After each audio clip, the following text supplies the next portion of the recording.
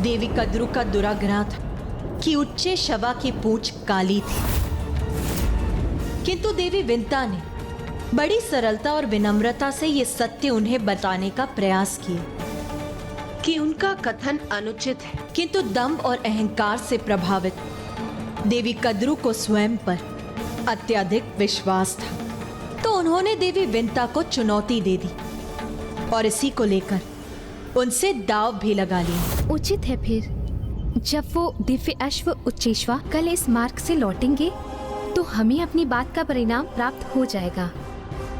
यदि मेरा कथन असत्य निकला तो मैं आपकी दासी बन के रहूंगी देवी विंता, किंतु यदि आपका विश्वास असत्य प्रमाणित हुआ तो आपको मेरे साथ साथ मेरे समस्त पुत्रों की दासी बनना होगा।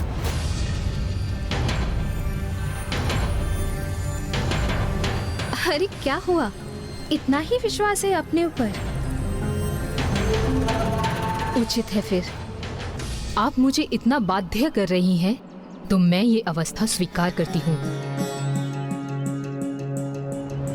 वो दोनों ये भूल गए थे कि इतनी महत्वहीन बातों पर दाव लगाना संकट को आमंत्रण देने के समान है। देवी विंता को अपनी दृष्टि पर पूर्ण विश्वास था, इसीलिए वो देवी कद्रू के साथ किसी भी अवस्था को निश्चित कर दाव नहीं लगाना चाहती थी, किंतु देवी कद्रू अपने अहंकार के कारण अपनी भूल स्वीकार नहीं करना चाहती थी, और जब देवी विंता सत्य कथन पर स्थित रही तो उन्हें उसका बहुत बड़ा मूल्य भी चुकाना पड़ा, क्योंकि जब देवी कद्रू ने इस बात की चर्चा अपने पुत्रों से की, नाग माता देवी कद्रू के संतानों ने जब इस घटना का श्रवण किया तो उन्हें ज्ञात हुआ कि किस प्रकार देवी विनता ने उनकी माता देवी कद्रू के साथ छल किया है, और उन्हें एक ऐसे अनुचित अवस्था पर दाव रखने के लिए विवश कर लिया जिसका परिणाम अनंत काल के लिए उनके अपमान का कारण बन सकता था। तो वो देवी विनता के कपट का विचार कर चकित ही रह गए।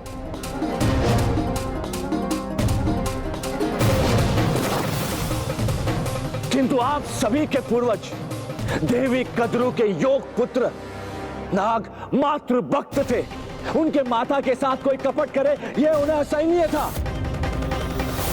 वो ये कभी नहीं देख सकते थे कि उनकी माता देवी विनता की दासी बनने पर विवश हो जाए, इसीलिए अपने माता के प्रति निष्ठावान पुत्रों ने उनकी रक्षा करने का प्रण लिया और एक योजना निर्माण की।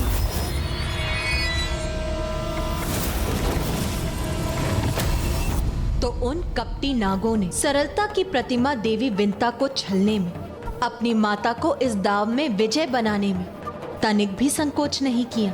शीघ्र ही सब नागों को अपनी माया के वशीभूत कर लेगा ये मायासुर, ताकि दुर्गमासुर हमारा परम मित्र अपना अनुष्ठान सरलता से संपन्न कर वो देवी आदि शक्ति को पराजित कर सके। तो दूसरे दिवस जब दिव्य उच्चे शर्वा उस मार्ग से लौट रहे थे, देवी कद्रू के पुत्रों ने अर्थात नागों ने स्वयं को उस दिव्य अश्रु उच्चे शर्वा की पूंछ में लपेट लिया, जिससे कि जो भी उनकी पूंछ को देखे वो काली ही प्रतीत हो।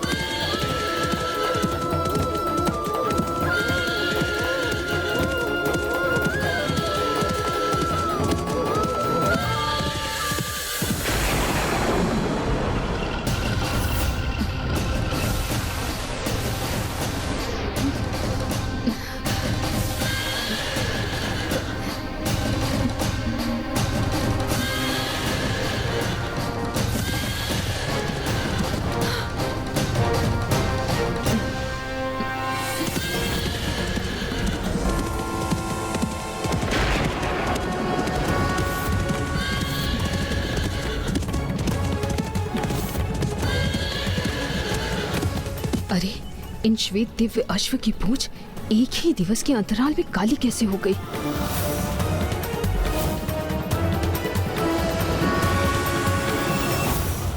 ये रहस्य मुझे ज्ञात अवश्य है। मेरे पुत्रों ने ही इसे संभव किया है, किंतु ये गुप्त रहस्य मैं तुम पर कभी उजागर नहीं होने दूंगी।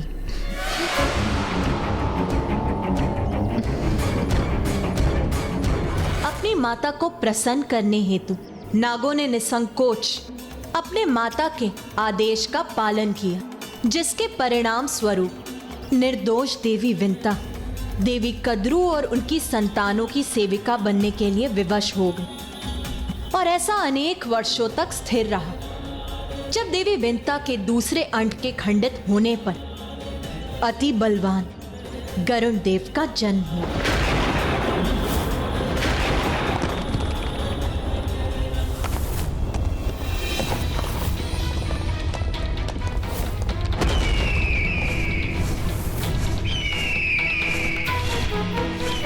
जन्म पाते ही स्वाभाविक रूप से गरुण देव अपनी माता को ढूंढने के लिए गए, किंतु उन्होंने जो देखा उसके कष्ट से वो स्तब्ध रह गए। मुझे पता था भोजन नहीं, मैंने नहीं पता था।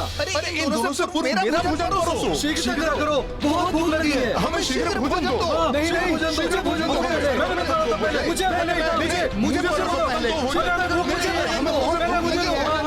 भूख लगी है।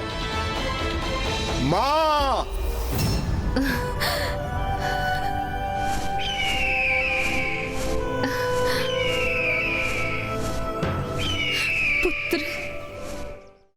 फिर क्या हुआ माँ? एक पुत्र अपनी माँ को ऐसी अवस्था में कैसे देख सकता है? ये गरुड़ देव के लिए तो असहनीय रहा होगा ना माँ? हाँ माँ, कोई भी पुत्र ये कैसे स्वीकार कर सकता है? हाँ पुत्र, गरुण देव भी नागों के इस व्यवहार से अत्यंत क्रोधित थे। इसीलिए वो उसी क्षण अपनी माता को नागों की दास्ता से मुक्त कराने हेतु तत्पर होकर नाग माता देवी कद्रू के समक्ष प्रस्तुत हो गए।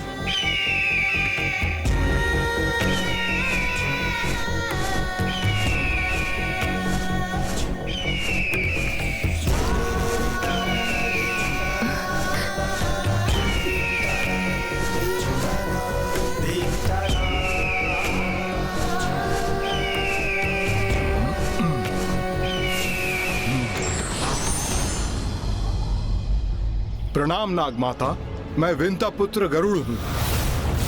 मेरी माता को आपकी दास्ता से मुक्त कराने के लिए आप क्या चाहती हैं? ओह, तो तुम अपनी माता को मुक्त कराने के लिए कुछ भी लाने के लिए तैयार हो? तो जाओ, स्वर्ग से मेरे लिए अमृत लाके मेरे समक्ष रख दो और मैं तुम्हें वचन देती हूँ, मैं तुम्हारी माता को मुक्त कर दूंगी। फिर क्या हुआ माँ? आगे बताइए ना।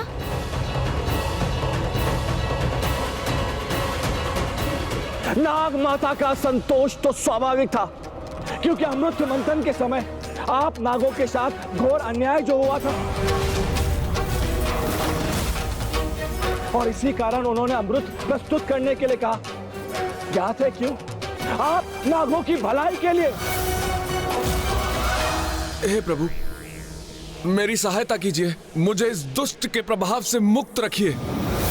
ओम गण गणपतये नमः। प्रत्यक्षं तत्त्वमसि त्वमेव केवलं कर्तासि त्वमेव केवलं हर्तासि त्वमेव केवलं हर्तासि त्वमेव सर्वं फलमहं। तो माँ, क्या गरुड़ देव स्वर्ग से अमृत लाने गए वहाँ? अपनी माता को मुक्त कराने का दृढ़ निश्चय ले चुके थे, तो वो वहां से सीधे स्वर्ग गए अमृत प्राप्त करने।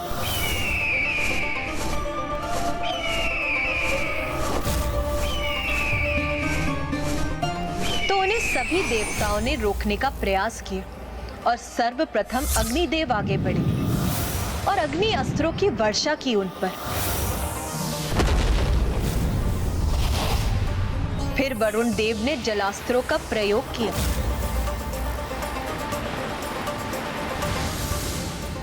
सूर्य देव ने उन्हें अपनी तीक्ष्ण किरणों से भस्म करने की चेष्टा की और इंद्रदेव ने उन्हें अपने विद्युत से आक्रमण किया, किंतु कोई भी करुण देव को क्षति नहीं पहुंचा।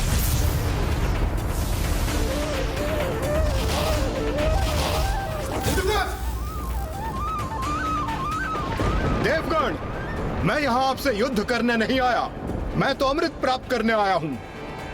और स्वयं अपने लिए नहीं, अपितु अपनी माता को दासता से मुक्त कराने के लिए। इसलिए मेरे मार्ग में बाधा मत बनिए, क्योंकि जो भी माँ की सेवा में बाधा उत्पन्न करेगा उसे उसका भयंकर परिणाम का सामना करना होगा।